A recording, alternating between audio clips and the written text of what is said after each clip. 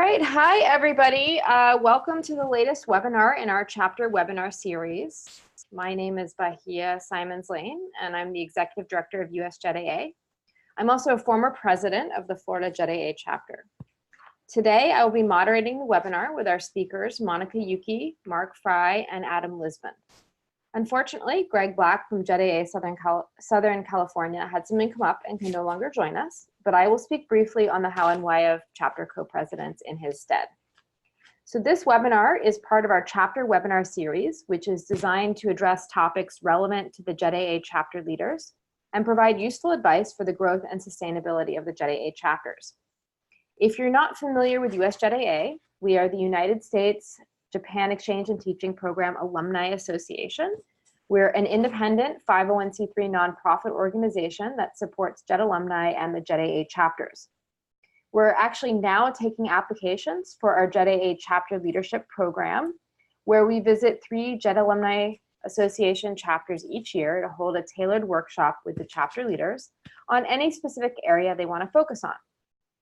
Also, we will soon release the specifics of our chapter grant program with JETAA USA for the next year, which provides grant funding to JETAA chapters and sub-chapters to hold events on US-Japan relations. The first application round will open next month, so please reach out and chat with me about any event ideas you have for that program, or let me know if you have any questions. Lastly, if you're a JET program alumni and you aren't already a member of USJETAA, please join us for free at usjetaa.org.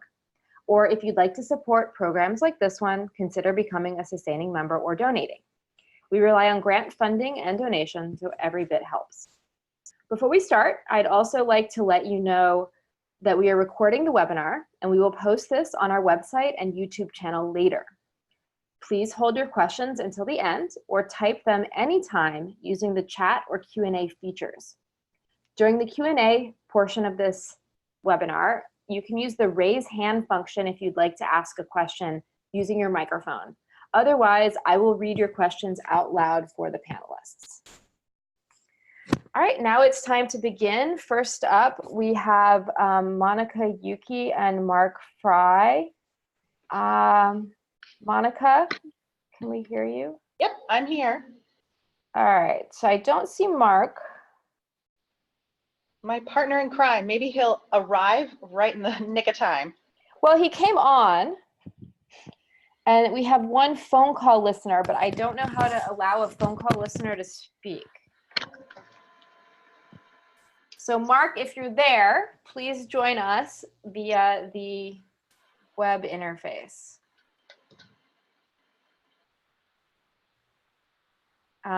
Monica, why don't you go ahead and share your PowerPoint, and I'll see what is going on with Mark.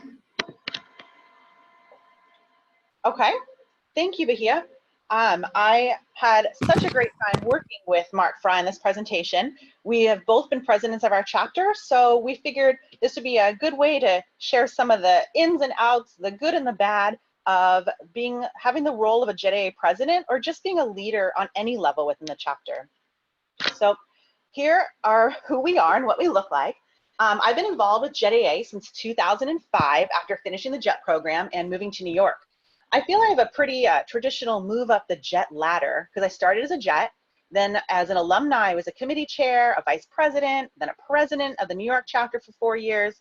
And now they just keep promoting me, thankfully. And I'm on the board of directors here in New York, and I'm also the chair of the board. I also have a great position. I get to work with 2 other awesome alumni, Dustin Henrich and Faye Valtadoros, as country reps of JETAA USA. And we work with all the chapters in the US. But today I'm going to focus on being a chapter president.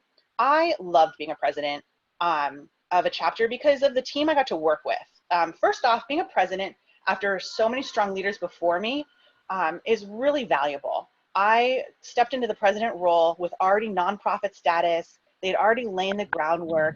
And I feel that in my 4 years, I was able to maintain what they had already created for me and increase still the membership, activity level, connections with the great community. And I'd like to think I was a good leader of my chapter and members, but there's many times there's a lot of hard work and it's stressful, but thanks to a team that surrounded me, I think we were very successful together. I'm going to just pause and see if Mark's on yet. Okay, I will speak on behalf of Mark Frey. I think Mark is on. Mark, are you there? All right, we're having some audio difficulties. Mark, well, I can speak for him until he jumps on, but he is a fabulous leader out on the West Coast in Northern California in the San Francisco chapter. He also kind of had, I think, the same role as me in our steps up through the organization and kind of learn from the bottom up of like what it is to be a community leader and then what it is to really be a president and look back and be like, oh my gosh, it is a lot of work to run a chapter, but also very rewarding. I got to work with Mark as a country rep of the US, and he also was briefly on the US Board of Directors. He was part of the working group, and now he's an advisor on the national level and supporting me and helping advise me on how to do my job better. Any word from Mark yet? Yes, Mark is on. I keep trying to unmute him. It is not letting me. Hold on. Can you guys hear me? Yay! Oh, yay. I can hear you. Fantastic. Mark is here. Sorry about that. No, that's all right. Yep, and Monica, you did a wonderful job introducing me, and so I'll let you continue, and you know, I'll jump in on my. Perfect. Okay. I know that we're joined today on a call by so many strong leaders already in our JETAA community. So I'm probably not going to be sharing a lot of new information you don't already know or implement in your chapters, but hopefully there's something that you'll be able to pull out and maybe find useful, or maybe it's to share with another leader, or to help groom your next generation of leaders in your chapter. So as I mentioned, Mark and I had a really great time discussing this topic and came up with 4 pillars that we think makes a good leader: humility, confidence, respect, integrity. Being a leader of a volunteer grassroots organization is very different than many other affiliations or jobs in our daily lives. This role changes a lot depending on the size, the needs, the chapter, the location. So thinking about what leaders you respect and aspire will really help you to be a strong leader. You have to be flexible, but also know when it's right to make those tough decisions. Don't be afraid to surround yourself with smart, strong leaders. You need people that will complement your leadership styles in order to build a successful team. So if you're a very type A, want to get all these things done, you need to build an army of volunteer support that works with you. Or if you like to be a more behind the scenes and take a group approach and make decisions together, then build a team like that. Just understand what kind of leader you are and works best for your working needs and with the other people that you're with. So this leads us to building your team. A leader is only as strong as the united efforts of all of its members. As a leader, be sure to discuss your goals, set clear expectations so you can figure out if you're staying on track. You know, try to check in with your team. Don't step on their toes though, because you need to allow them each to shine and develop their own skills. Always remember that when you're working with volunteers, to keep it fun and a productive environment. As a leader, it's very important that you should be participating and make sure that you are giving and getting something out of your involvement, because we are volunteers, so this should really be fun. As a leader, I like to promote individuals' hobbies, interests, and things that can be shared to benefit the chapter and also benefit the growth of the person that's there, like running clubs, pottery, language, hiking, etc. As a leader, you have to allow people to take ownership of these events or projects just to make them feel like they're contributing and increase their feeling of self-worth and accomplishments.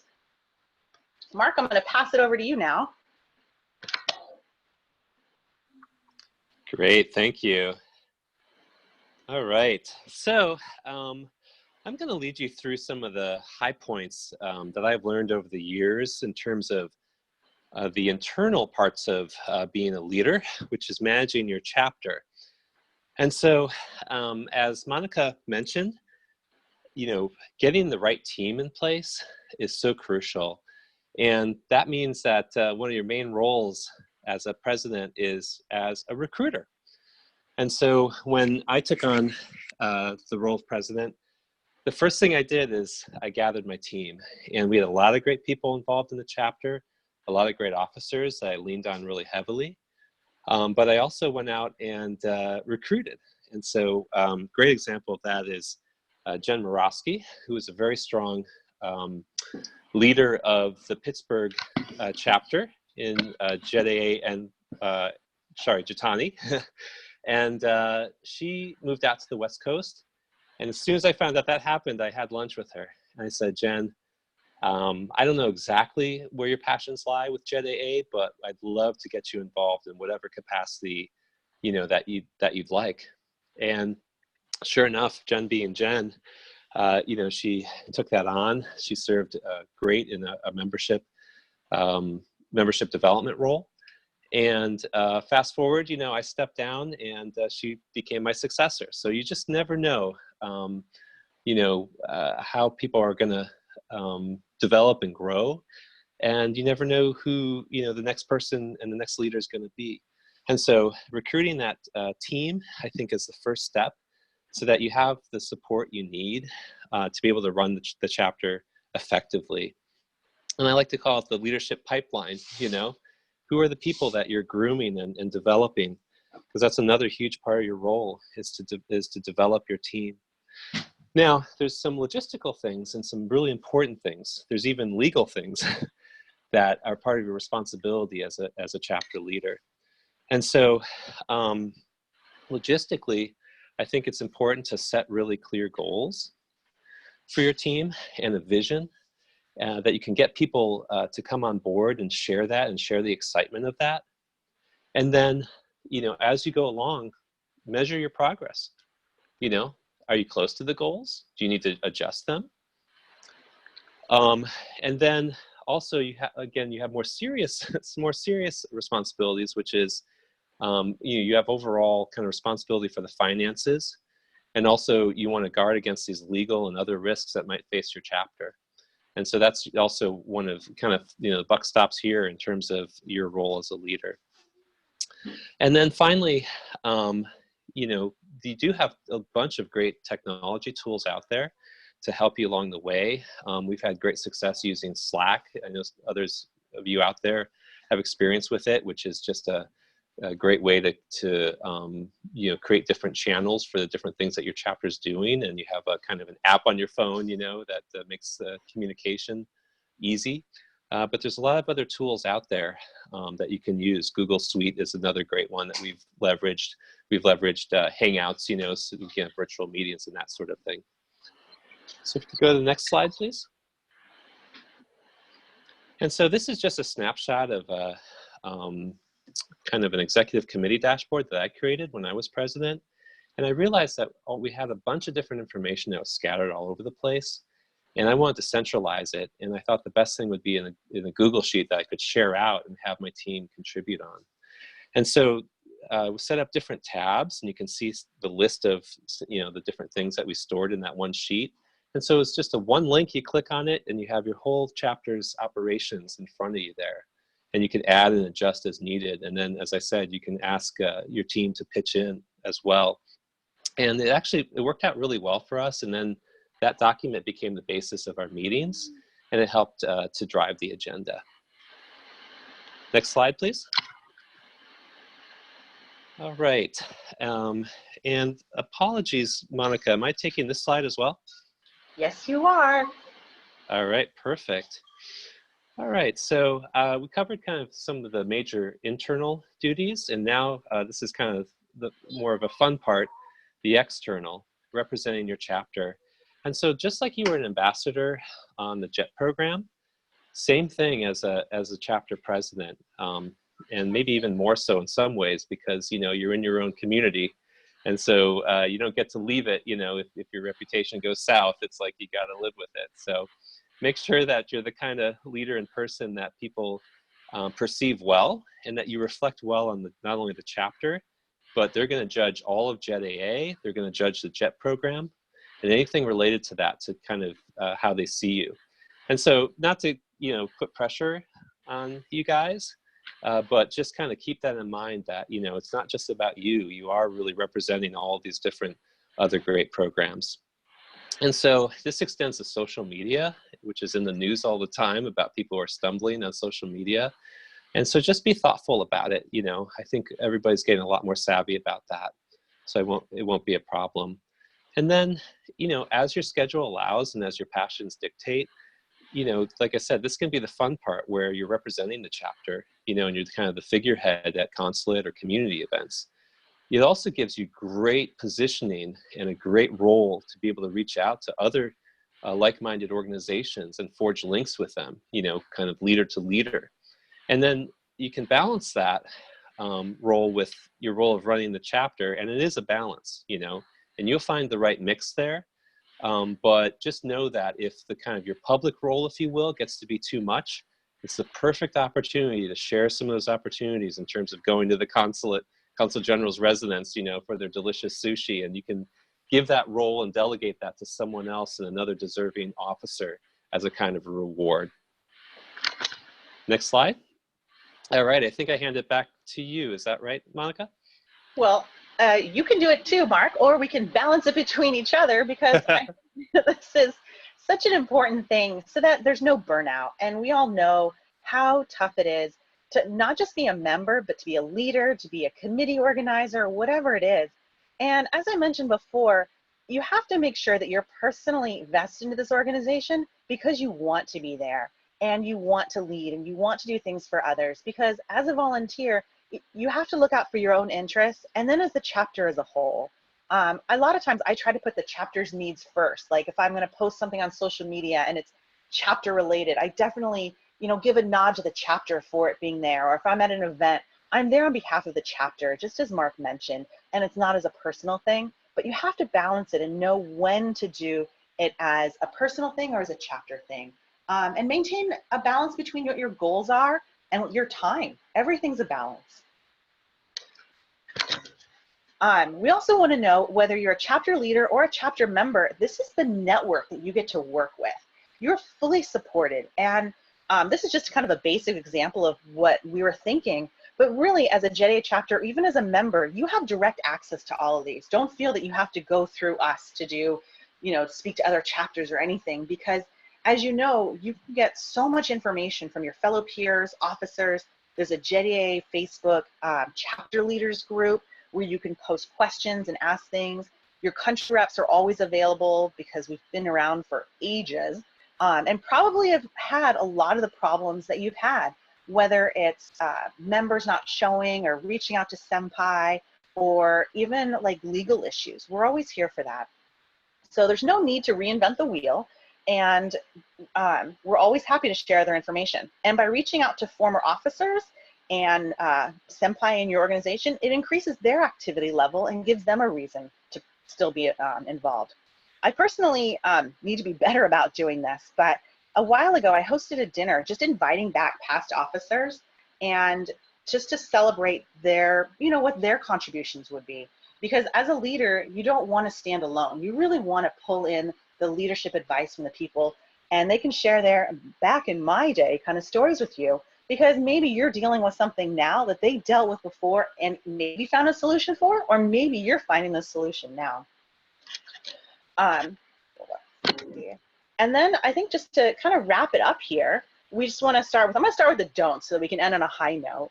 But it's always important not to work in a silo. We've kind of said that over and over, just so that people are not going to be burned out, because you don't have to do it alone. Let others shine, and when they're in the position, they might step up and surprise you. Plus, it's a great way to groom your next leaders. Don't bite off more than you can chew is what we see a lot of times, because people burn out and then they resent volunteering for this fabulous organization. Don't reinvent the wheel. And the biggest piece of advice is that I can give to any chapter leader is, just because a chapter leader did it before you that way doesn't mean it has to be the way you do it. You won't be successful if you're following on someone else's footsteps or passion. Make it your own. So let's go to the do's, which I kind of did. So show integrity, honesty, humility, compassion, and respect. Surround yourself with other people that you can work with. Have faith in your team and celebrate their accomplishments. And something that I got, some advice I got from Mark that I really love is, make sure you lead with your own swagger. lead with how you want to lead that will be successful for you and the other chapter members. Mark, if you have anything else to add. No, I think that's it. I mean, just to say that, honestly, you know, I served as president for 3 years. We had our ups and downs, but I think it's really one of the most rewarding things you can do.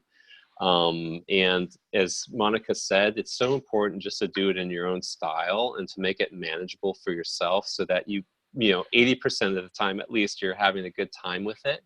But you also feel like you're making an impact. And so I encourage any of you who are thinking about, you know, kind of going for the president's role to really give it some careful thought, and why not go for it? I think it can be an extremely rewarding experience.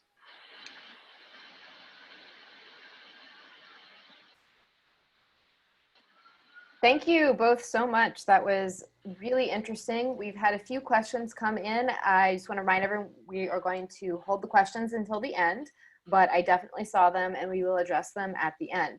Now I want to turn this over to Adam.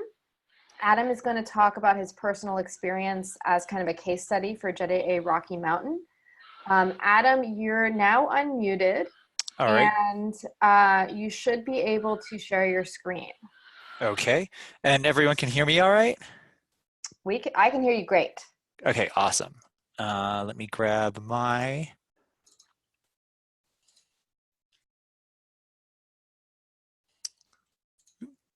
Okay, there we go. Yeah, so I'll go ahead and get started. So my presentation is going to be a bit more of a personal story, kind of a what happened to me, what I've been through, and where I've come from. And I just stepped down as chapter president officially at the end of March. So I've said my goodbyes, if you will, but I still want to stay active in my chapter. So I'm going to kind of talk about like the pre-board member life, going into being a board member, sort of what happened to me, and then sort of my ambitions for my post formal board experience. And I think that that will kind of help give some vision to this. And I also want to add that looking at the participants list, a lot of the names I know, so I know a lot of you already, a few I don't recognize, but I would say that probably most of us listening in, we're already pretty active. And think about how to bring in less active people and what's going on with them and what their capacities are and sort of how they can sort of have the experiences that we're all having. Because as Mark and Monica were saying, you know, we've had these awesome, wonderful experiences being leaders, and other people don't necessarily see that. And while there's work involved, I have to say that the friendships I've made and the experiences I've had as a board member have really been amazing. And I think that that's something I want to see more of the quote unquote general JETAA membership experience. And I'm hoping that my story will sort of give some of that and sort of how to create more of those experiences for the people up and coming. So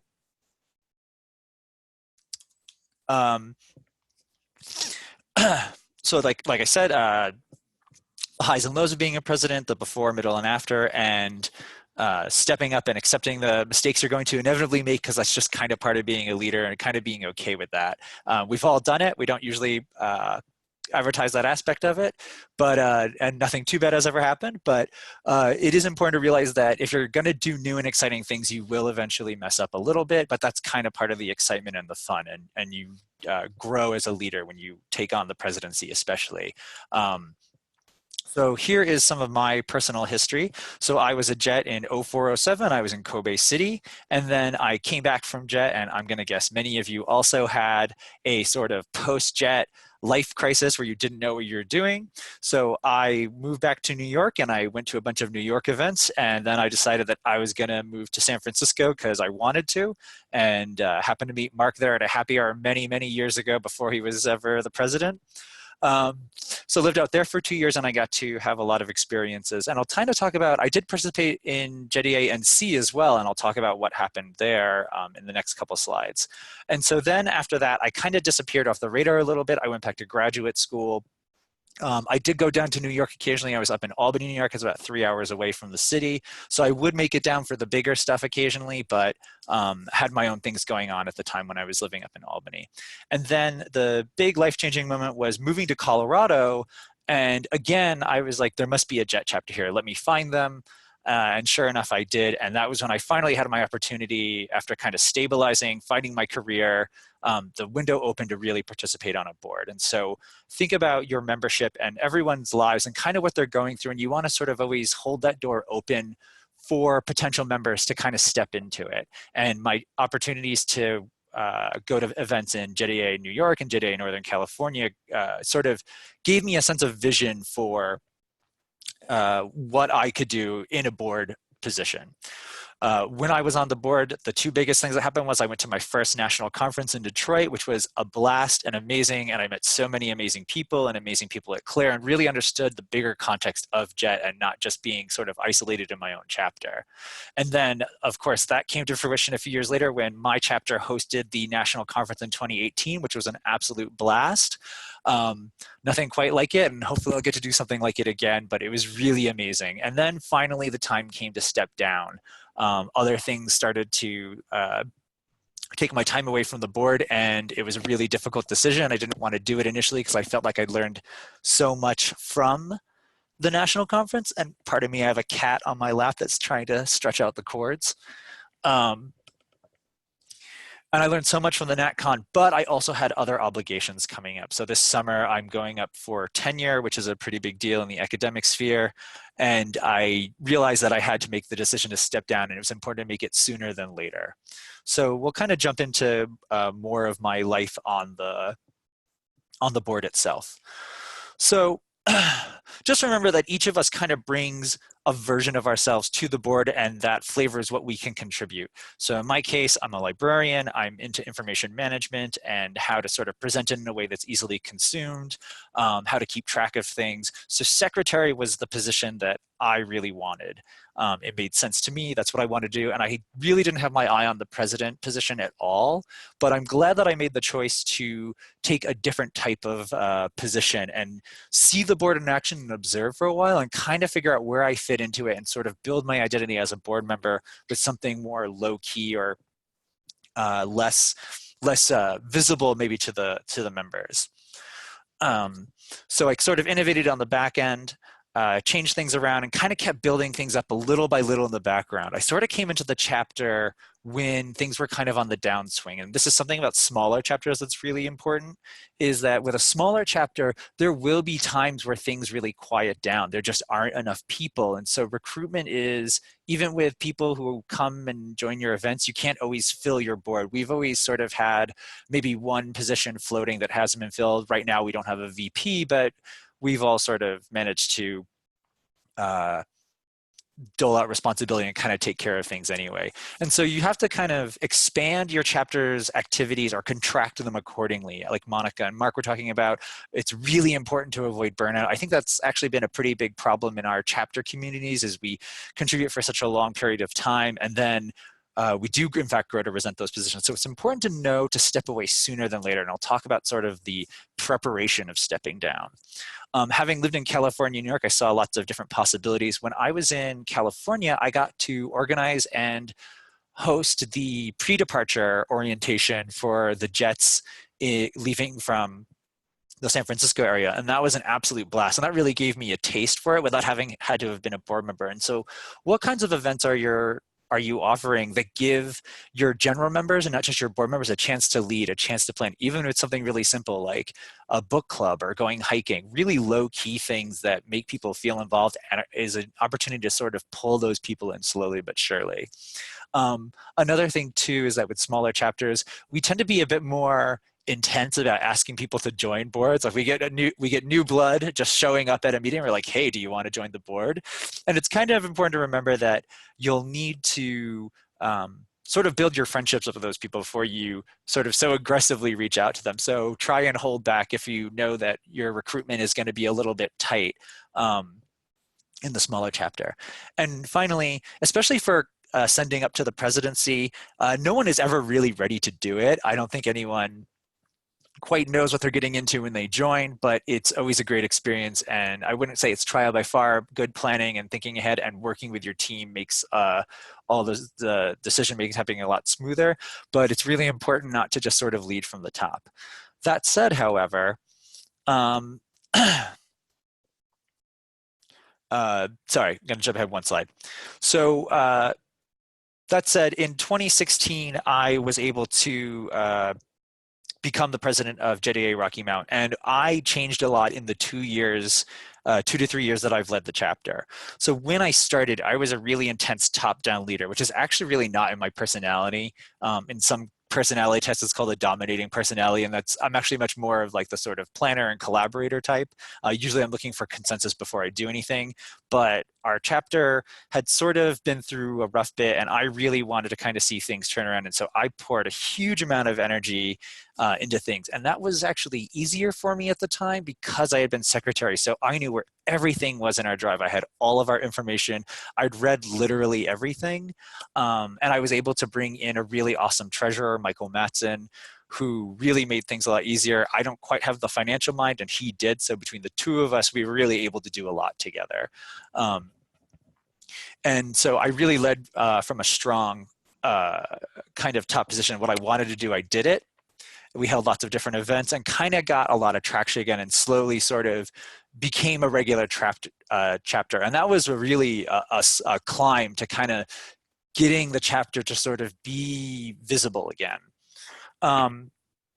And one thing is that in terms of my life as a professor at a university and a librarian, my job hours are really flexible, and lots of things that are Japan related count as part of my work because my title is Japanese Studies Librarian. So going out to community events and meeting people sort of fit into my job. So it was really easy to leave work early to go to things, to meet others, to talk about the chapter and talk about JET and sort of make people aware of us and pull members into these other Japan-related organizations. And that was something that I'd worked on a lot and laid a lot of groundwork for during my time as president. So that's something to really keep in mind is continuing to know your strengths and weaknesses, how much time you do and don't have. In a smaller chapter, that matters more because you will end up taking on a lot more.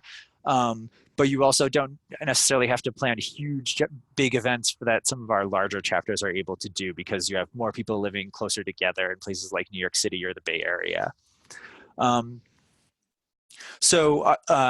I said, I was able to pour lots of energy into the presidency, but as my job has kind of increased in demand, it's become more and more difficult to sustain that. And that was what led to my ultimate decision to step down. And certainly after the national conference was held here, I realized that as amazing and inspiring as it was to actually host it and work with everyone, hear everyone's speeches and realize what we could do more of and kind of push further, I realized that I wasn't going to have that capacity, even though I really wanted to do it. So when we get to the twilight years of my presidency, if you will, that was when my leadership style changed. So I went from really dictating what to do, saying what to do, and kind of taking on a lot of the responsibility for events and sort of backing off and delegating out more and working with the board more to sort of create those opportunities for leadership and input and how to organize our chapter and how to handle all the different things we wanted to do. And that time I'd spent socializing because I didn't always have to be at work on a strict 9-to-5 schedule meant that I could connect people with other people and kind of let people pursue opportunities with other Japan-related organizations as well. And those people have come back to us. Like Mark was saying, you're the face of the chapter. So being friendly and outgoing and meeting people all the time is really important. And that was really my MO the whole time. And when the time finally came to do the big stuff, when national conference was on the horizon for us, I really started delegating it out. And in some ways, I really didn't actually do that much. The thing I did do was tell other people what to do and find out what they wanted to do. And thanks to that, my board members really stepped up and kind of showed what they were made of. And so our webmaster did a lot of great groundwork with finding the hotel. Our treasurer did an amazing job with so much of the finances. He definitely did more than I did. Our event coordinator helped talk to the hotel as well and kind of set everything up and get that rolling. And that gave me a lot of space to be the face of the chapter at the event and put our best foot forward for everyone. But like Mark said, you act as the face of your chapter. So you are, and if you're not delegating work out, it's really hard to be present and available to talk to everyone else and sort of connect community members to board members in your chapter who have the right talent fit. And if you don't delegate out, you're actually not training up your board members for when you eventually leave, and that's really important. So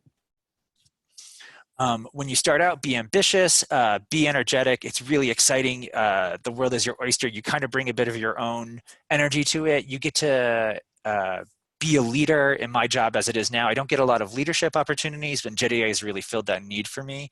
And be aware of your transition. Be aware of your own arc as the president. So after you see a big project get fulfilled, think about stepping back a little and letting other people's do more work. And instead of sort of being the leader of the events, be the support person that, having had the experience, knows what others are going to need and be there for them when they need help, advice, a person to touch base with, a restaurant to go to, how are they going to talk and negotiate for food at an event, things like that. That creates room for a successor. And make sure you leave before you burn out. This is something that's so, so important, especially in small chapters where talent can be harder to find just statistically by there being less people. You'll have less diversity and types of skills being brought in. So you need to be able to still offer some help after you step down from your leadership role. And in smaller chapters, it's easier to take on too much, but it's really important that you don't. And so now that I've stepped down, it's really nice because I'm actually very active with the Japanese American community in Denver, and I've been building that relationship with them, and they're really excited to work more with JETS. And what's really interesting is the Japanese American community in Denver has fully embraced us and treat us as members of the Japanese American community, knowing that we spent so much time in Japan, and I've been building that bridge. I'm actually part of a leadership program. And so I'm really looking forward to how I can bring those two groups together more and promote the JET experience. Within that community, have more connections. So many people in the Japanese American community here, they've offered a space for events and things like that, things that before we really had trouble affording or paying for, but they've kind of come and really given us a place in the community, and we're able to do craft night with the Japanese American community. And by including them in our events are more full, more exciting, and more enjoyable. So that's kind of what I'm thinking about in my post-president JETAA career, if you will. So it's awesome, it's fun, show up for things that you don't have to plan anymore. This is sort of the post-president life. You can fulfill your major work obligations, and you won't resent your chapter anymore. Monica had talked about that. So I feel great about JETAA, and I'm so happy with the people who have taken over and are going to lead it. Be low-key and available, but let the board form its own identity and let them sort of get their own momentum, but be there when they need you. And in the long run, you can now participate in other J organizations, your Japan America societies, sister city organizations, JETAA USA, JETAA International, USJETAA, things like that. So think about what other kinds of J organizations you can get involved with, because you can bring those connections back to the chapter and help them even though you're not on the board anymore. And it's really important that you feel that connection still, and burnout will sort of take that connection away from you. So that's kind of the story of me being president, and I hope that you guys all get something from that and are able to use it for the benefit of your memberships, and kind of create the spaces for, the person I was 10 years ago who sort of maybe wanted to do it but didn't realize it, and I'm so happy that I did. So I hope that that is something that you can apply in your chapters as well. Thanks, everyone. Thanks, Adam. That was really interesting. Thank you so much for sharing. And if anyone has questions about that, please go ahead and type it into the chat box. Unfortunately, Greg, who was going to talk about co-presidents, could not make it today due to work commitments. So I'm going to kind of take on and very briefly talk about a few points that I think is important related to co-presidents. We were actually very interested in having someone represent the perspective of the why and how of having co-presidents, because it's a little bit more uncommon in JETAA chapters, and we thought it might provide an interesting perspective, especially if people are looking for ways to kind of spread out the responsibility of presidents. So I talked to Greg earlier today, and he told me a few key things about kind of why JETAA Southern California decided to have co-presidents. So when they were going through the process of drafting the bylaws for their 501c3 organization, this is something that the board kind of decided that they would build into their bylaws and make a part of the chapter. Part of the concept of doing that, the intention behind doing that, was that the idea is that co-presidents they're an interchangeable team. They have responsibility kind of split evenly between the two of them. And what they did was remove the vice president role, and instead of having a vice president, they have co-presidents. And Greg explained that they felt that this is really helpful in terms of because the responsibility is shared equally across the two of them, there's no feeling that the vice president is either, you know, doesn't know what they're able to do, or that the vice president is not in a position where they're trying to force more responsibility or more decision-making power than they actually have. So, you know, they felt that it was kind of clearer. Instead of having a VP, they have two co-presidents, and it's worked very well for them for a few years. Another thing that they do to make this work is that they have staggered terms. So they've had two co-presidents at each time, and they've had, for example, the last co-president did it for 2 years, and Greg came on in the second year of that president's term. And now that guy Joe has left, and Melissa has come on and is one of the co-presidents as well, working with Greg, so that it kind of facilitates this senpai-kohai relationship where you have somebody who has been president for a while working with somebody who's newly incoming.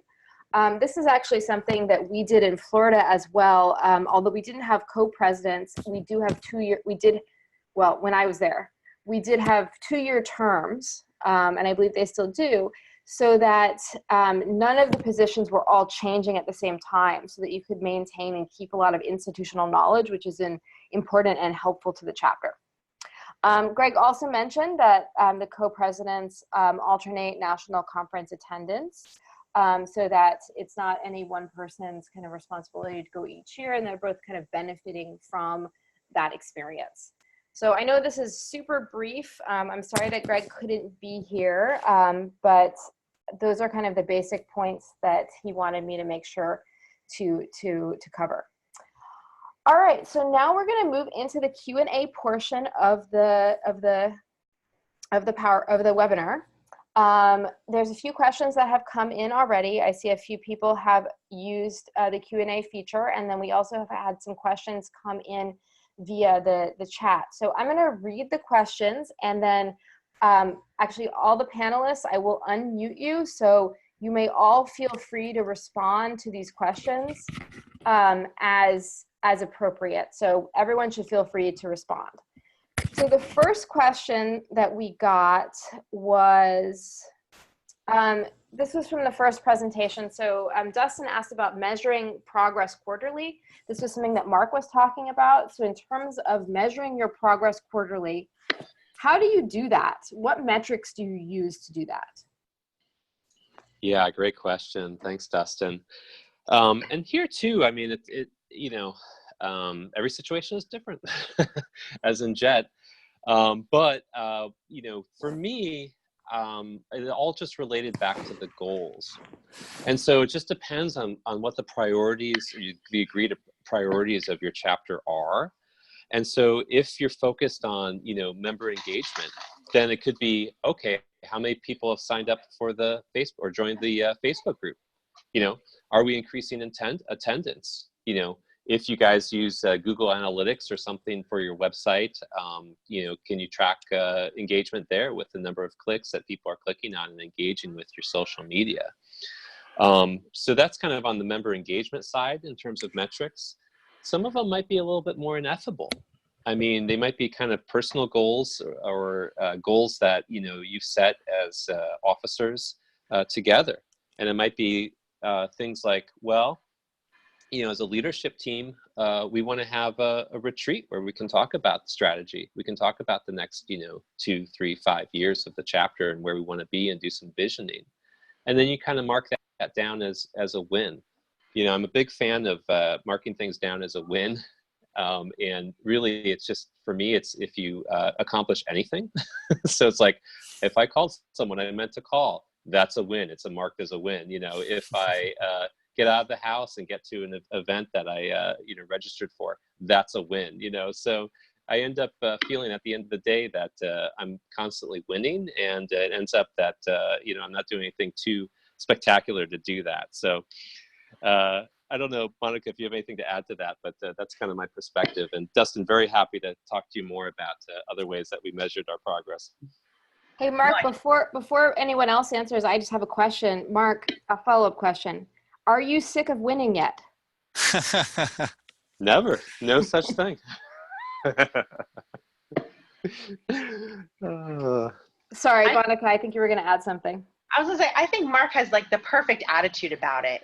It's always celebrating the wins. It's keeping that positive attitude, setting obtainable goals, and just focusing on that. Like I always say, you don't have to have 5 people in an event. As long as you and one other person are planning something and you actually do it, and you are building awareness to the chapter, and you take a photo and do all these things, you are increasing the strength of the chapter.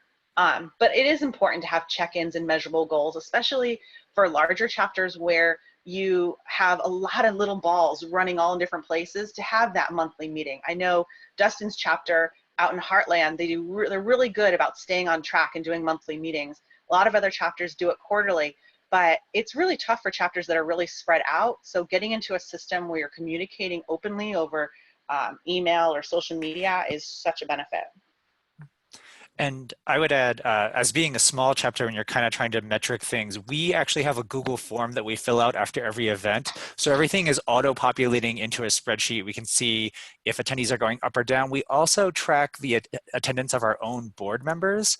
And when you're a small chapter, you really have to kind of keep on top of if anybody is starting to lose interest, and you actually kind of have the mathematical metrics to show if someone's ability as a board member is starting to wane, not because they can't do it, but they may just have life commitments, and they may feel really bad about stepping down because they know there's so few people to fill the role.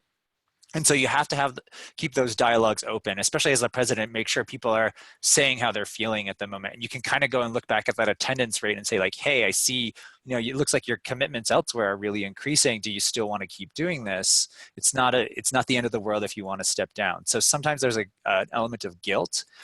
So keeping on top of your metrics is one way to sort of assess if your board members are still able to make the commitment.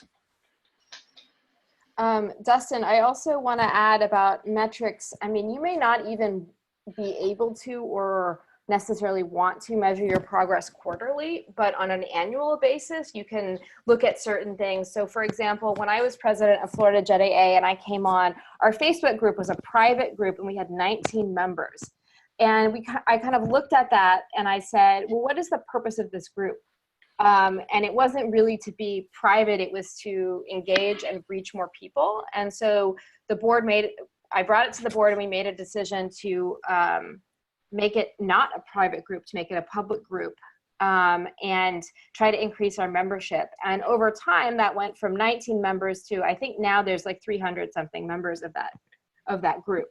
But that was not something that happened quarterly, essentially. It may have been very small numbers initially, but when you looked at it over the course of an entire year, you could see that there are number metrics that you could look at. For example, the newsletter, people subscribe to your MailChimp newsletter has increased, or your number of members is increasing over the year, or the number of people who are coming to the events is little by little increasing. And I think especially for small chapters, looking at the how things are incrementally improving or changing is very important, because I don't want anyone to get discouraged that in a quarter there's not a lot of change, but over a year maybe there is change that you can really see. All right, so I'm going to move on to the next question. So Mark was talking about recruiting leadership, and Adam, you're not the only one with a cat that is getting in your way. Yeah, so Dustin asked, like, how do you recruit? And this was similar to the question I had as well. How do you cultivate this leadership pipeline? how do you identify new prospects, new people who maybe are going to be good, leaders for your chapter? Yeah, and I can quickly take that, and then if other people want to chime in, that's great as well. But I'm absolutely diabolical about it. So one of the tabs in that dashboard I showed you guys was for prospects. And it's just a full, like, once we identify, like, God forbid you come to one of our events and like you seem kind of ganky because you go on the list and then it's like a full out charm offensive, like we're inviting you to coffee, maybe we take you out to dinner. And, honestly, I say that kind of tongue in cheek, but it's really just to build that friendship and just to find out more about them. What are their interests? And if you listen very carefully, trust me, like based on what they're interested in and what their talents are, you can plug them into, or have a pretty good idea of how you can plug them into your chapter in a way that's going to, align with, what they love to do, while at the same time, like leveraging their strengths for something that you need them to do. And so I'm pretty shameless in terms of, just building that personal connection. And then they feel like there's a kind of a friendship basis, and then everything else is just gravy, and then it's, so much easier to ask a friend to do something than, a stranger. And so, little by little, as you make these connections, and it does take time, and that's the downside of kind of my method, is that, it has to be genuine and you have to spend real time with people. But I have to say, like, the people I've helped to recruit, Anna, is on the phone tonight, and she's a great example. Once you make that personal connection and it all works out, they will give back to the chapter for years. I 100% agree with Mark. I think you laid it out really well.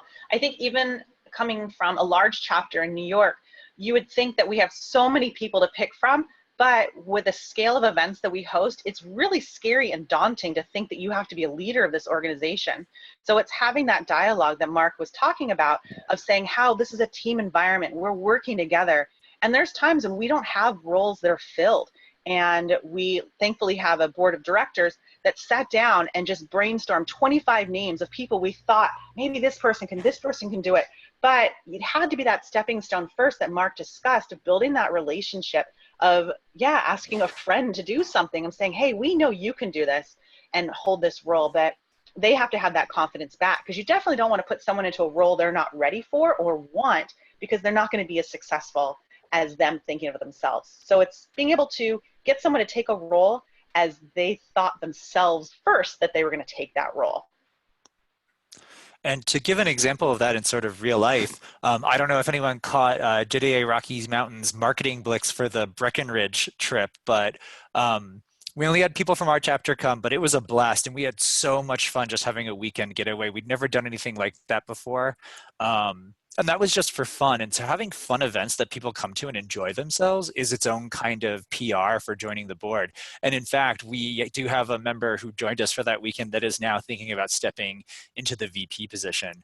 And the way they had described it was like, oh, I feel like I've known you guys all my life. Just realizing that jet connection that we all share, and, that you're with people that you can make sukiyaki with and say random Japanese words to, and everyone knows what you're talking about. And like, reminding them of that bond they share with everyone really inspires people to join. So having things that are just fun to be at can really motivate people. I also want to add, so for my personal experience, the reason I became president of Florida JETAA, or the reason I even ran for the position, was because the current president took me aside at an event and said, hey, I'm thinking of stepping down. I think you'd be really good for this. And I had not even considered running before then. And I ended up being president for 5.5 years. So, sometimes you'd be surprised that just asking somebody or just telling somebody, hey, this is going to be an opportunity and I think you'd be good for it, will actually make them consider it, when maybe they wouldn't consider it because they think it's already filled or there's already people who are considering going for that position. All right, let's move on to the next question. So, well, this is a question comment, I guess. Mark, you shared the example spreadsheet of how you do the tracking.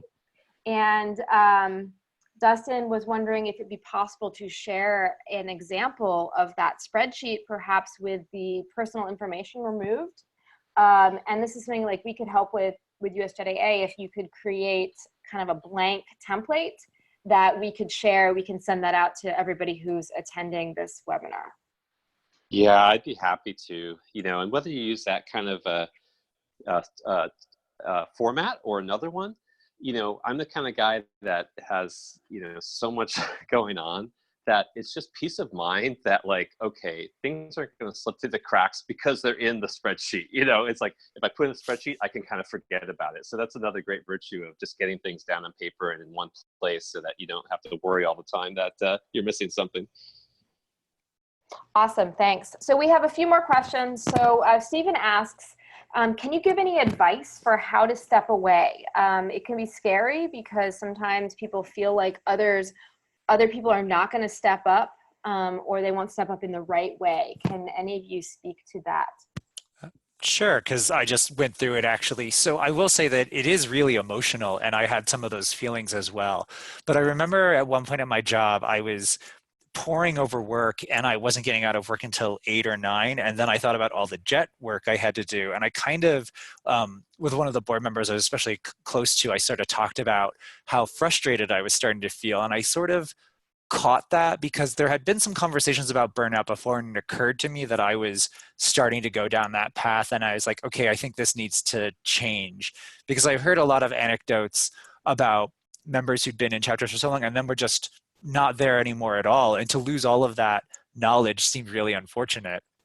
And so I kind of sat down and thought about it. And what I did was, before I kind of told anybody, I actually wrote a letter about what it meant to me and why I was going to step down, and how the short-term success of sort of holding a body in a position versus the long-term success of having a chapter that feels supported was really the motivation for making that decision. And so post NatCon, as excited as I was by that sort of after national conference high you get, once that kind of passed, I realized how much work I was looking at, and like that I had these really important career milestones coming up, and you can't give back to your chapter. You can't participate in the life of your chapter if you lose your job, or you feel stressed out and anxious, or you start to feel those negative emotions. You have to really be self-aware and self-reflective. You're doing it for the greater good, not just for the chapter, but also for yourself.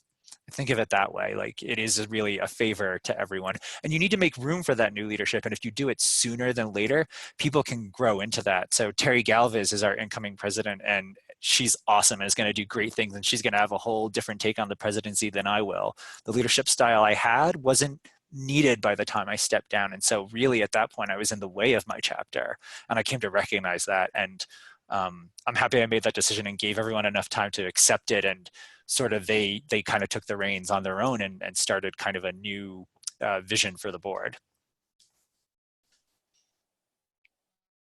Stephen, to answer your question, I'm not really good at stepping away from things. I'm still here, but I think it's not stepping away for me, it's stepping into new roles. And it's choosing what I want to get out of the organization and what I can put into the organization. So I've stepped aside, or maybe stepped onto a new role. And I'm so lucky to have had really great leaders after me lead the chapter in their own way, in their own swagger, and have really grown the chapter and done such great, impressive things that I would have never thought of myself. So it's that kind of stepping away and then celebrating their wins. So at some point I will step away again from country rep and step away from all these boards. But for now, or as long as people will have me, I like to still be in this mentorship role where hopefully people can come and get questions answered as needed, but definitely understand where Adam's coming from and stepping aside to let new people shine. I think it's such a good question, because I had a really hard time stepping away from Florida JETAA because it had become such a huge part of my life. And I think when you think about the chapter, especially when you are very involved at a level like the president level for especially many years, it's like your child. But, you know, children can't grow if you're watching them at every step and every moment, right? So you know, there comes a point in any parent's life where you have to say, okay, my child is grown up. It's time for them to go and, like, you know, do their own things. And, you know, like Monica said, well, only with Florida JETAA, like, I have been so impressed and kind of awed by what the leadership after me has done. And they never would have been able to do those things if I had stayed, or if I had kind of held on. And so I think you know, it's really important to take time for self-reflection when you're in a role like the president role, and say, well, am I still available and giving the right energy to this this chapter? Do I still have the time? You know, I was in grad school during my last year or two as president of Florida JETAA, and I definitely didn't have as much time to spend. It was time for me to move on when I did. And so I think it's kind of important to have that introspective, you know, just take a few moments and say, okay, I'm president, but who is up and coming? Who can I say, you know, who can I pass the torch on to? And a lot of times people are afraid to step down, but ultimately if you're surrounded yourself with a great team, you have wonderful people who will step up into those positions. It just doesn't always feel like it. So Monica, a few things you said actually lead into Stephen's next question, which is, what do you do after being president? There are only 3 country representative positions. How do you stay involved without working at the same level of intensity? And what are ways to keep former officers involved? I think the best thing for anyone to do after being a president or any other role is to switch on to your board of directors or be on your board of advisors. It should almost be like the normal transition of anyone. And Stephen, he, you know, moved on to our board of advisors, or no, he was on our board of directors. And then beyond that, you find another parking spot. And Stephen is the one who taught us all of this, is that you just need a place to kind of park people in order to tap into them later. And there's LinkedIn groups for this and all sorts of things where we can just have our senpai alumni, you know, at an email's reach for when we need something, which we saw during 3/11 or any other time we have issues with any of these chapters. And it's just keeping your senpai involved. And that's why I think it's so important to constantly reach out to other people, because it makes them feel like they have some sort of importance. I don't think the country rep role is a necessary thing that everyone should do after being a president. I really think it's keeping the focus on your own chapter as a board of advisor, because you have the knowledge. And I would add that there are lots of Japanese organizations to be involved with. And one of the things that has helped us so much is that some of us have gone on to be on those organizations and sort of brought those connections back. So Japan never goes away and JET never goes away, but you can't strengthen those relations if you don't. So I work with the Japanese American community. I'm in a Japanese American leadership program. I'm actually a nice Venn diagram where, like, at my work, we're founding a Japanese American archive. And so that's really created a lot of really great opportunities and strengthened my connection with a broader community, but also has strengthened the JET chapter as well. So you're never really done, if you will. You don't have to if you don't want to, but what you do kind of changes a little bit. So we're running a little bit short on time, so let's move on. But I think Monica made a great point for chapters who don't yet have a board of directors. Thinking about creating a board of directors that's separate from your elected officers can be a great way to keep JETs who were active in leadership but who have less day-to-day capacity to get involved. It's a great way to keep them engaged. All right, so I'm going to move on to a question from Christian, and let's try to answer briefly because we do need to wrap up. How large of a push would fundraising be in your eyes? As far as my view on my chapter, we seem to be fine as is. Is there a large push to keep increasing, even if, despite lower numbers of members, general participation remains high?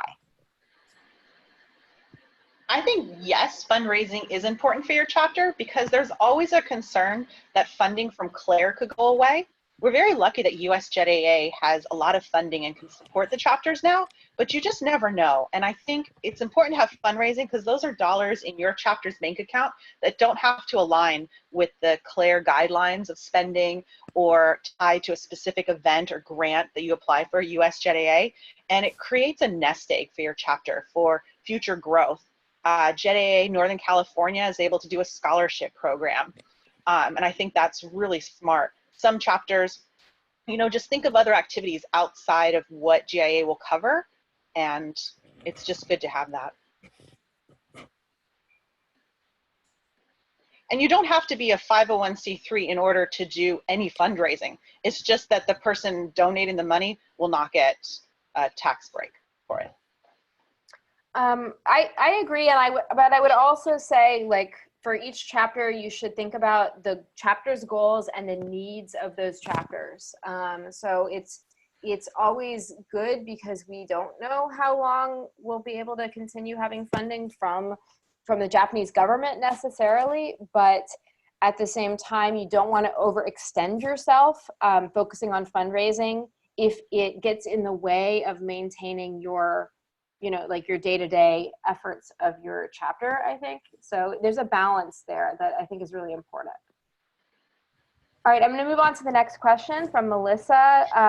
She says, thank you so much for your time and advice. Great presentation. What would you say were the most important skills you learned or are currently learning being president? And maybe everyone could just briefly answer this. Delegating for sure, learning not to take on everything and trusting other people to follow through. Mark? Yeah, great question, because it is going to be a growth experience for you if you do it right. And so I think in my case, the most important skill I learned was I'm going with Adam. It's to delegate, you know, like I'm the kind of person you've seen the spreadsheets. It's like, I want to, you know, control every little thing sometimes, and just letting go and using the strength of your team not only makes you a much saner person, but also just gives other people an opportunity to shine, like Monica mentioned. And so I think it is just realizing that, hey, you know, it's much different, especially if some of you guys are officers and you have a kind of a narrow mandate, if you will, and you can focus in on the small stuff. President, if you're focusing on the small stuff, you're doing it wrong. You know, it's the big picture things, it's the directional things, it's setting the tone, it's all those big things. And if you're doing a ton of small things, you need to kind of reconsider and focus your energy on the bigger picture.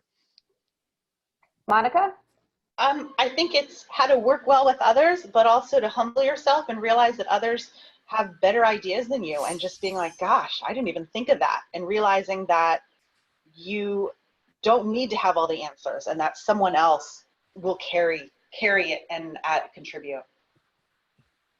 And for me, it's, you know, I'll be honest, I'm not a great listener, and I really learned to listen to what other people are saying. I have strong opinions, and when you have strong opinions, sometimes it's hard to kind of take a step back and really listen to what other people are saying, but it's so important to, you know, listen to what other people are saying and take them to heart and think about how they're, sorry, my cat is like going crazy with this toy in the background, so if you can hear that, I'm sorry. But yeah, listening to the other people and having a proper dialogue with your board rather than just insisting that you're right about everything. All right, next question from Adam. Any advice or strategies on checkups with other board members? Ask, be active about it. It's sometimes, like I was saying before, people may feel like they're struggling, but they don't feel like they can talk about it because they don't want to let you down. So you have to kind of be proactive and let people know that you're willing to listen and hear what they're going through. So just, you know, grab a cup of coffee with them and find out how they're doing. I start off all of our board of director meetings with asking everyone what they accomplished or feel happy about, or what connections they made since the last meeting, which was a quarter away. And it's kind of nice to allow each person around the room just to say how they felt that they contributed or something they did or shared, to celebrate their individual wins.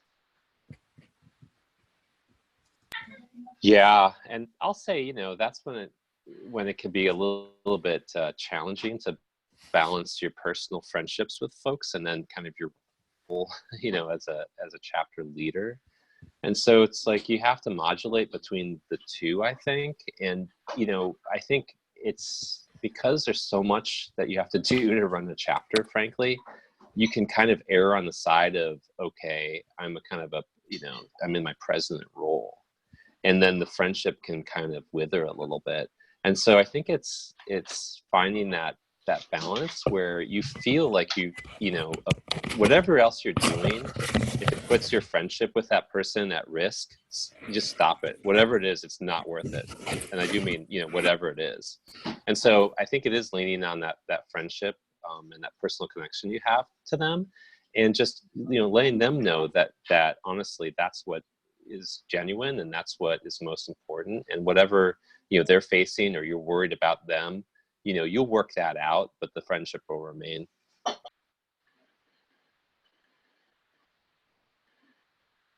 The other thing that I would say is don't be afraid to reach out to people one-on-one. You know, in Florida, it was challenging, frankly, to have board meetings as regularly as we would like. We would tend to have them quarterly. Not everyone could always attend, and we were spread out across the entire state, and that can be challenging. So I found it very helpful just to shoot somebody a text message rather than, or a phone, give them a phone call rather than just like send an email out into the void. That can be a great way to stay engaged. All right, so we're out of time. I want to finish with just one comment from Joette before we wrap up. She said she created and led one of the few sub-chapters in the JETAA realm, JETAA Wisconsin, under the Chicago chapter for well over a decade. She lost count. Leading an area that's an entire state is challenging. This past year, I was happy to be able to pass the torch to new leaders. As you mentioned, acknowledging who was interested and encouraging them was key. After a while, I sort of just told them they were the new leaders. It worked. I'm still in charge of Wisconsin Q&A and host a quarterly meeting when it's time to hold it in my area of the state. So I just wanted to share that. I know we have a few sub-chapter reps on here. Thank you for joining. I hope this was helpful. Maybe we can do something specifically for sub-chapters in the future. But it definitely can be challenging when you're trying to serve an incredibly large area as some of these chapters do. So we're way over time. I'm going to wrap up. I want to just thank everybody for joining us on this webinar. Thank you so much, Monica, Mark, and Adam for being with us today. For those of you who are interested, our next webinar is going to be on May 23rd.